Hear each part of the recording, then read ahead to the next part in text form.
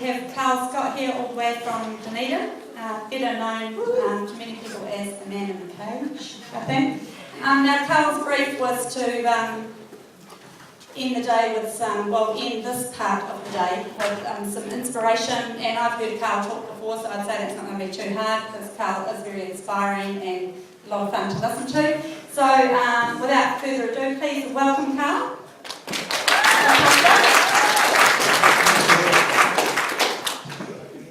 Hi, good evening. It's good to be here with like-minded people. Dunedin can be a little bit lonely for a radical animal rights activist sometimes, although that is changing. Now, Mark said he wanted me to close the day with something inspiring, and I may have misinterpreted his brief, but I'll do my best. I've decided that... hang on, I've got two things that are working off the same thing.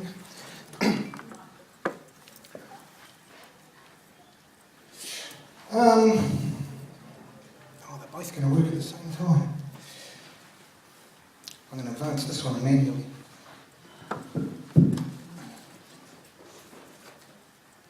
Technology, decided to share a vision I have that's got me excited, and I think it's a bit of an experiment for me. It's a path forward that I can see could potentially lead to an abolitionist vegan world. A vegan world. I tend not to use the word abolition much. I just like the idea of a vegan world. Because I think that's what most of us here today would like to see ultimately. And I believe it's at least hypothetically possible to achieve, and maybe even, and you might call me crazy, in our lifetime. As hard as it is to believe, because, unless I'm mistaken, and somebody can correct me, Rosa Parks and Coretta Scott King are still alive. Is that correct? I wonder if they would have believed that they would live to see a black president. If you don't like what I've got to say, I've failed, that's cool. You can shun me forever and vow never to invite me to anything ever again.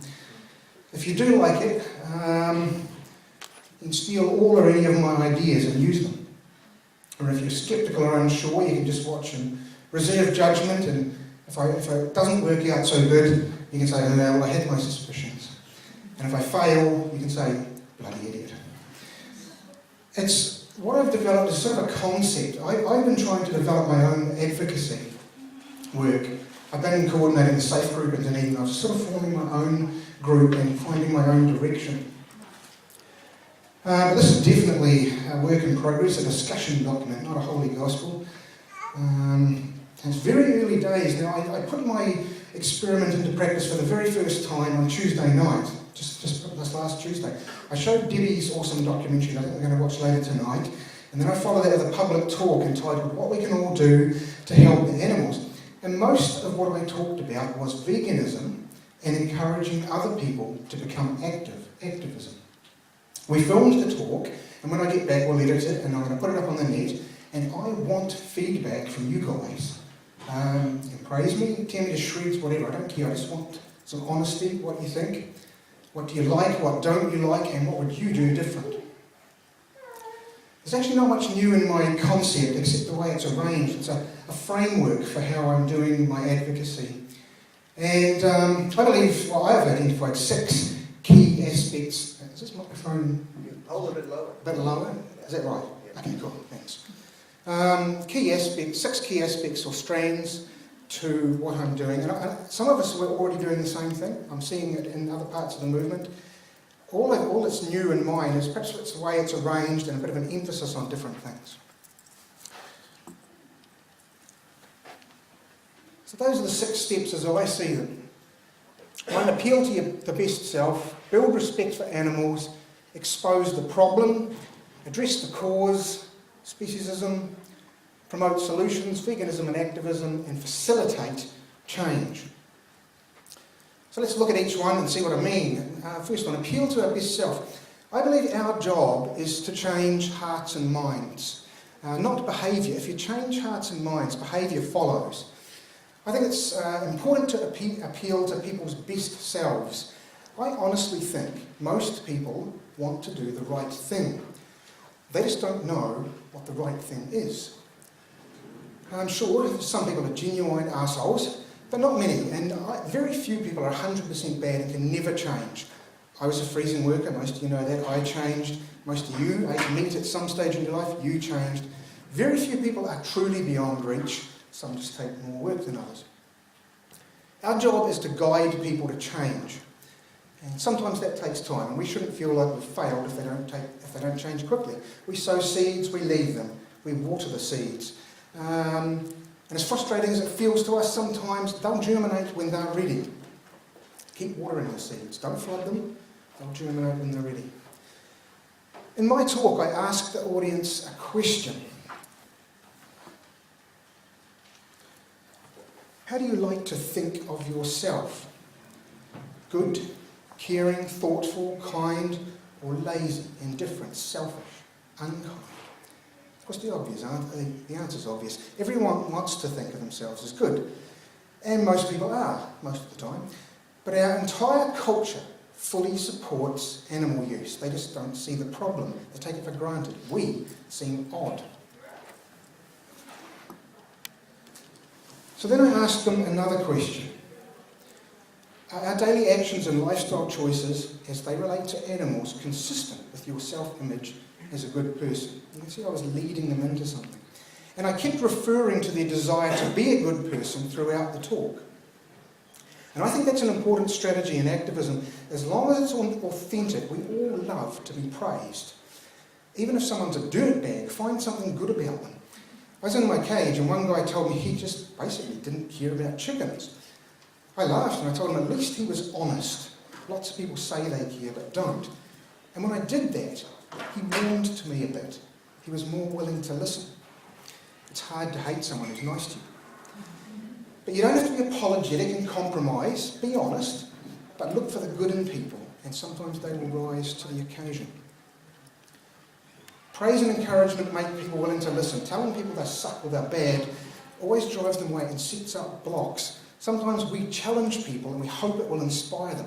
It can work if you get it right, but there's a huge risk that they'll just avoid you in the future. And then next time you try and talk to them, you have twice as much trouble, or some other activist down the track has twice as much trouble. Sometimes you just got to bite your tongue and walk away. Sow the seeds and leave them. That's the philosophy I'm working on anyway. Number two, this on my thing was, let's go away from that for a minute. The second thing we need to do is build empathy, respect and compassion for animals. SAFE do this really well. Cute movie clips and photos, video clips and articles proving how intelligent animals are, that they have rich emotional and social lives and so on. And this is extremely important, I believe. I don't think we can ever do too much of this empathy building work. I think it would be good to see more of this in our movement. Sorry, Carl, there's nothing on the screen, just giving me... Yeah, I've deliberately got some blank slides. Thank you. Thanks. Because I think this is one of the major obstacles in our work, like that guy in the cage that I was chatting to. A lot of people just don't really care that much about animals. Or they care about some animals but not others. And no one is really going to care about the problem, much less the solutions, if they don't care about animals. And so I think we have to bust the very prevalent and outdated myth that they are just dumb animals and they don't know any different. Because a lot of people still believe that nonsense. How can a person have empathy if they don't even believe that an animal is suffering? Or that the animals' lives are not important? I like to remind people that we are animals. I use the phrase other animals a lot to remind them of that. I mentioned that other animals are also conscious, sentient, intelligent, emotional, social beings, much like us. I don't really need to explain all that to you guys. I'm pretty sure you understand it. I like to mention conscious and self-aware, and the fact that they dream. For me, that was a real breakthrough. I saw my little buddy Jed dreaming one night, and just boom, all your light came on. We all think, we all feel, we all have, I frame it in terms like, we all have friends and family, we all feel lost. We all love, we all want to live, none of us want to die. Given the opportunity, we can all enjoy our lives, and when we are denied our freedom, we all suffer. And that's the key concept, the suffering. So how do we build this empathy? We encourage people to visit farm sanctuaries, get involved with places like the SPCA or bird sanctuaries and things. The movie Peaceable Kingdom is quite good. I've just read Jeffrey Masson's book, The Pig Who Sang to the Moon. You can remind them that a pig or a chicken is just the same as their cat or dog. Ask them if they've ever had a pet they loved. Try and help them remember a time in their life, maybe when they were kids, when they had a connection to animals. Ask them how it felt, help them reconnect. Some people will be sceptical no matter what, and scientific research is really useful for those people. The third step is to expose the problem, animal suffering, and a lot of us in the movement are very good at that, and we do that well. We've been doing it for a long time, and we need to keep doing that, I believe. I try to use the word suffering as much as possible, rather than abuse or cruelty. Again, it's feeding into that idea that people aren't bad, they're just ignorant, disconnected, and you want to keep them listening. Especially when you're just new and introducing the ideas to them. Nobody wants to think they're cruel, but they can understand that animals are suffering. And sometimes people aren't disconnected, they're conflicted. We're just in the talk in the other room before, there's this tension in us sometimes between our conscience and our fears, or our conscience and our desires. They care about animals, but they're suspicious of veganism. It's dangerous, isn't it? And very difficult. That's the perception some people have, or that vegans are all weird people. Or they care about animals, and they've even considered veganism, but they're really worried that their friends and family will think. And social pressure can be an incredibly powerful force. We all know that. We've all been the odd vegan at a meal and felt a wee bit uncomfortable. Social pressure is a real force. I think we have to acknowledge that to ourselves and to them. So I just like to remind people that animals are suffering. As long as they already empathise, they will sympathise. I mentioned how valuable freedom is to us, and then I used human prisons as an example. The one thing we fear most after death or torture is loss of freedom. I talked about how a paddock is just a big cage, and how some paddocks are absolutely appalling, no shade or shelter, mud bogs. I explained how even on the very best organic free-range farms, animals suffer and are killed against their will and well short of their natural life expectancy. And once they understand the very best models cause suffering, it doesn't take much to convince them that the factory farms are, pardon my language, an utter fucking nightmare. And they are, and I've been in a few now. And then we can mention other forms of suffering, vivisection, testing, entertainment, and so on. The fourth step is quite a challenge, and this is one I'm still working on a lot, and that's addressing the causes of the problem. And in the lecture I was in just before, he was talking about capitalism and this tension between humans and nature and things. There's a lot of thoughts about this, but some ideas I've come up with. But it's quite a challenge because you have to confront people with some radical ideas that challenge their core beliefs, ideas that they've held from a very young age, and it takes a bit of skill to do that. So in my talk I discussed how humanity has become arrogant, how we've been treating the earth and everything on it, including the other animals, like it's all ours, like we're little gods or something. And I think a lot of people get it these days from the environmental perspective, and then they can understand that the same concept is applying to the animals. I also talked about how we've become disconnected from other animals and undervalued them. Nowadays, a lot of people literally don't even see animals, perhaps a few birds in the city. The only connection they have is this thing in a styrofoam tray in a supermarket freezer. Perhaps some cats and dogs that their friends have. And so we've lost that connection completely, and I remind people and then I remind them that they are someone, not something. And that this has led to an unwritten social contract that says it's okay to harm them any way we please, speciesism. And like the Earthlings movie, I compare speciesism to slavery, sexism, racism, homophobia, and the pattern is the same, and we were talking about it in a group here before. A more powerful group dominates and oppresses a more vulnerable group, and in each case it happens for the same reason, the ugliest of all human philosophies, that might makes right. The powerful exploit the vulnerable because they can't fight back, because there are no real consequences. And throughout my talk I keep reminding people, is this consistent with how we see ourselves as good people? Is this how we want to be? Then I say how, thanks to the efforts of all the good, caring people, all of those injustices were dismantled, and that we, the global animal rights movement, are now working on dismantling the next ism on the list. And I used a great quote from Gary Smith. I like this a lot.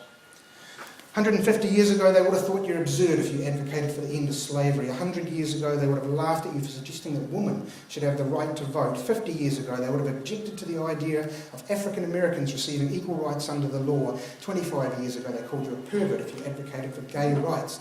They laugh at us now for suggesting that animal slavery be ended. Someday, they won't be laughing. I believe that. I believe we can do it. It's enormous, it's global, it is catastrophic, but I think we can do it. If anyone has any thoughts how we can articulate causes or even analysis of causes, I want to get into this in more depth, and I want to be able to talk to people about it in a way that we can connect better, but that's my so far. Now we're at the fifth aspect of the framework, promoting solutions. Now this is where things get interesting, because this is where some of the debate in the movement is currently happening. This is welfare leading to abolition versus directly advocating for abolition and/or veganism. Now I don't believe in saying that this way is right and that way is wrong. I don't think anything we ever do is wrong. In my talk I said that in the Battery Hen campaign, ultimately we lost. The colony cages have now been passed into law, and that was what the whole campaign was about, preventing that from happening. But we raised awareness. Many Kiwis who had never even heard of colony cages now know what they are and what it's all about. Nothing we do is wrong. It all raises awareness. Obviously, some strategies are more effective than others, so the debate centres around which strategies are best and why. And what makes the whole thing so tricky is that there really are pros and cons to each strategy, and so opinions are divided. We all want to know which methods are going to be most effective. We've only got so many hours in a day, we've only got so many dollars. We want to use that to maximum effect. I don't think anyone would dispute that. The debate becomes, so what is the best effect? How do we do that? The first campaign I did was my cage vigil, and I adopted a welfare message. My catch cry was, no battery cages, no colony cages, no cages. Which is definitely not the same thing as end all animal suffering, go vegan. I mentioned veganism as often as I could, but I also talked about free range and so on, because I believe that a lot of people would have completely switched off if I had only talked about veganism. And it's true, a lot of people would have switched off if I had, and we all know that. And I thought some change is better than no change. So I've had a go at that type of strategy, and there are pros and cons to it. But, and this is what led me to a whole new thing. The whole time I was in that cage, and since, I've never felt comfortable with that line. I've always felt like I should have been talking about veganism much more and an end to all egg farming, in fact, all farming. Because that's what I believe, that's what most of us believe. We don't need to use any animal products because alternatives exist. I'm a big fan of Mohandas Gandhi. He talked about a concept he called satyagraha. It means, translated means truth force or insistence on truth. I have believed in honesty being the best policy for a long time, and you can call me naive if you like, insane even, but I have this burning desire to speak the truth. I believe if we do, it will somehow work. And I truly believe the world can go vegan, and in fact we must. We all know it. For the environment, to feed a growing human population, to improve human health, but most importantly from our perspective, for the animals.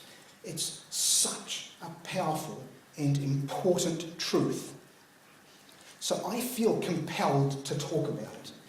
The world needs to hear about it. It's a tick all the boxes solution. It's too important an idea to keep quiet about. So why aren't we all saying it all the time? What are we afraid of? And I thought about this, it's because we're worried that a lot of people are going to dismiss us as fringe lunatics. And guess what? A lot of people will. But what I think we often forget is that some people won't dismiss us.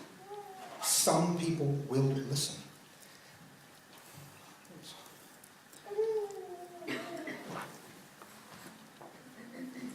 Schopenhauer said, all truth passes through three stages. First, it is ridiculed. Secondly, it is violently opposed. Third, it is accepted as being self-evident. Gandhi said something very similar, but added an extra category at the start. First they ignore you, then they laugh at you, then they fight you, then you win. But I don't think it's necessarily sequential like that. I think all 3 or 4 stages actually happen simultaneously. The majority will ignore us. Some will feel slightly threatened, or they'll see us as ridiculous, so they'll mock us and laugh at us. Fine, at least they're listening, not ignoring. But some people will feel truly threatened. They will violently oppose us, especially the animal use industry. And Will's talk this morning mentioned that. At least they see us as a threat. That's cool. I like being a threat. I want to be an agent for change. If they're feeling threatened, that's a good thing. And that's what Gandhi said. If we persist through those stages, we will win. If we don't give up the fight, even when it gets really hard, we will win. But here's the thing. Some people will listen to our message. They'll get it. They'll agree with it. They will accept the truth as being self-evident. We will win. And they'll get on board with us. So bearing that in mind, what message do we want to advance? Those people who are potential converts will never hear the vegan message if we aren't spreading it. They can't if we aren't spreading it. And if we aren't spreading it, then who the hell will be? As far as I can tell, and I hope I've got this right, the movement hasn't been explicitly advancing the vegan message to date because we've felt like the world is not ready to hear it yet. So I've decided I'm going to take a gamble. You can do whatever you want. I'm going to begin advancing that message because I actually think the world is ready. And if you don't agree with me, that's cool. Keep doing what you're doing.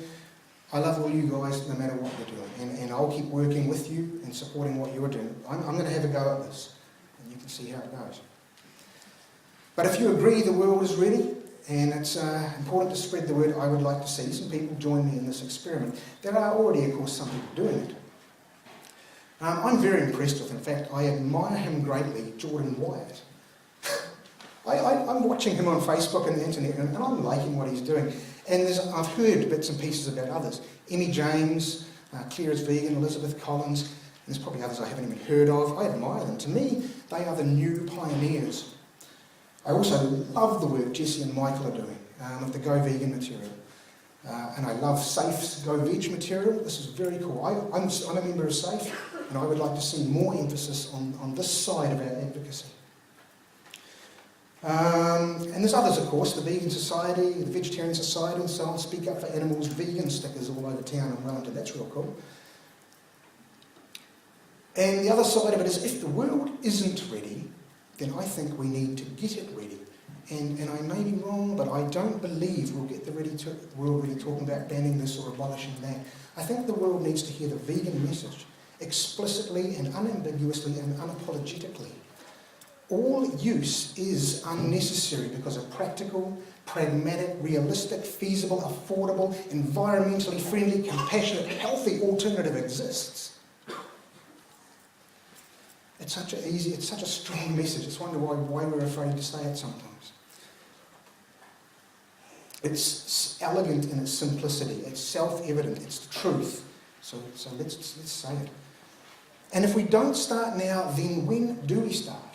Do we wait 5 years, then start? 10 years, 20, 50? Do we wait 100 years, then start talking about veganism? When? My friend Jess, is she here? Hi Jess. She told me a great quote. I like this. When's the best time to plant a tree? 20 years ago. When's the second best time? Now. And here's another quote. This is by Donald Watson. I think you'll probably all know who he is.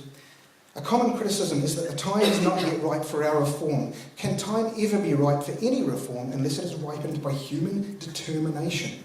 Did Wilberforce wait for the ripening of time before he commenced his fight against slavery?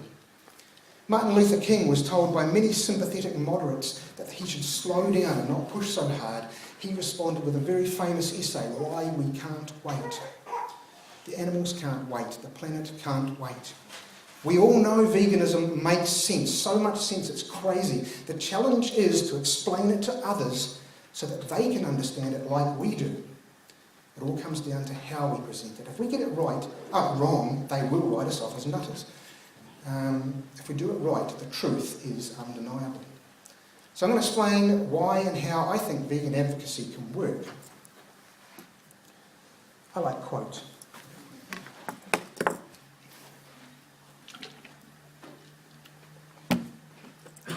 Now, I looked this up on Google. Apparently she didn't say it in exactly these words. She's been misquoted, but it was along these lines. I was once asked why I don't participate in anti-war demonstrations. I said I will never do that, but as soon as you have a pro-peace rally, I'll be there. Anti-war and pro-peace can seem like the same thing, but they aren't. Neither are ban all cages and go vegan. In the first instance, you are fighting against something. And the second instance, you are working towards something. Instead of tearing the old down, you simply get to work creating the new. As the new grows and grows and gets bigger, the old becomes obsolescent and just fades away by itself. I'm coming to believe that focusing on the solution is a far better strategy than focusing on the problem. There's a very famous book about this, very famous, called The Power of Positive Thinking. And we've all probably heard about how affirmations are best when phrased in positive language, not I hate smoking and I want to stop, but I feel great being smoke-free.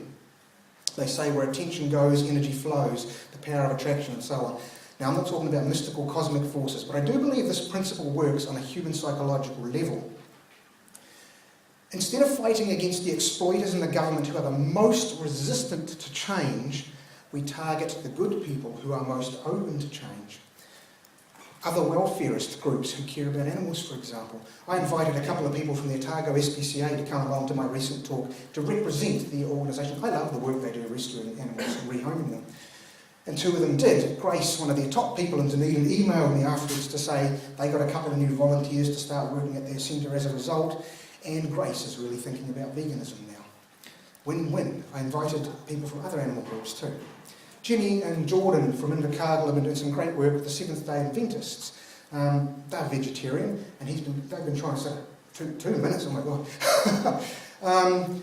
lead them towards 5 minutes. Oh, right. So I'm getting a time check at the back. Okay, where are we? Oh, yeah, I'm not a bit over time, sorry. But leading those people who are already open to the idea, they take that next step. Start with the low-hanging fruit. Some religious or spiritual communities or environmental people will be open to it too. Then work up to the harder targets. There's different ways we can do it. Run stalls and other campaigns promoting veganism to the general public. I'll rattle through a few key points. I'll skip through a few bits. This I think is really exciting. I read some research that talked about the spread of ideas, and I read a great book that Marianne loaned me called The Tipping Point.